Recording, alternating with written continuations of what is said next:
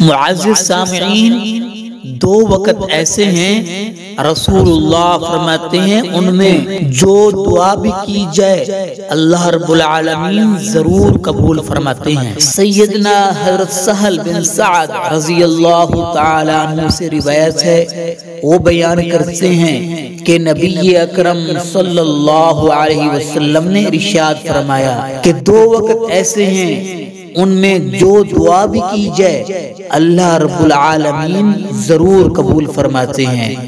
پہلا وقت الدعاء عند النداء، اذان کے وقت، یعنی اذان کا جواب دیا جائے اور اس کے بعد درود شریف پڑھا جائے اور اس کے بعد جو دعا بھی کی جائے گی اللہ رب العالمین ضرور قبول فرمائیں گے۔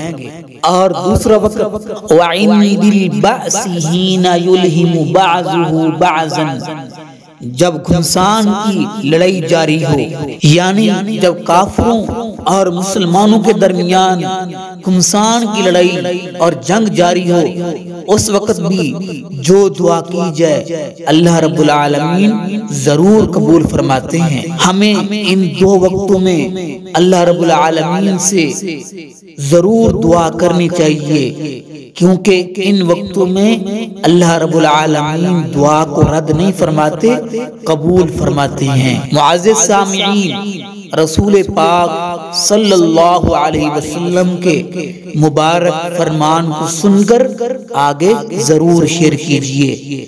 اللہ رب العالمین ہم سب کو اس پر عمل پیرا ہونے کی توفیق نصیب فرمائے، آمین۔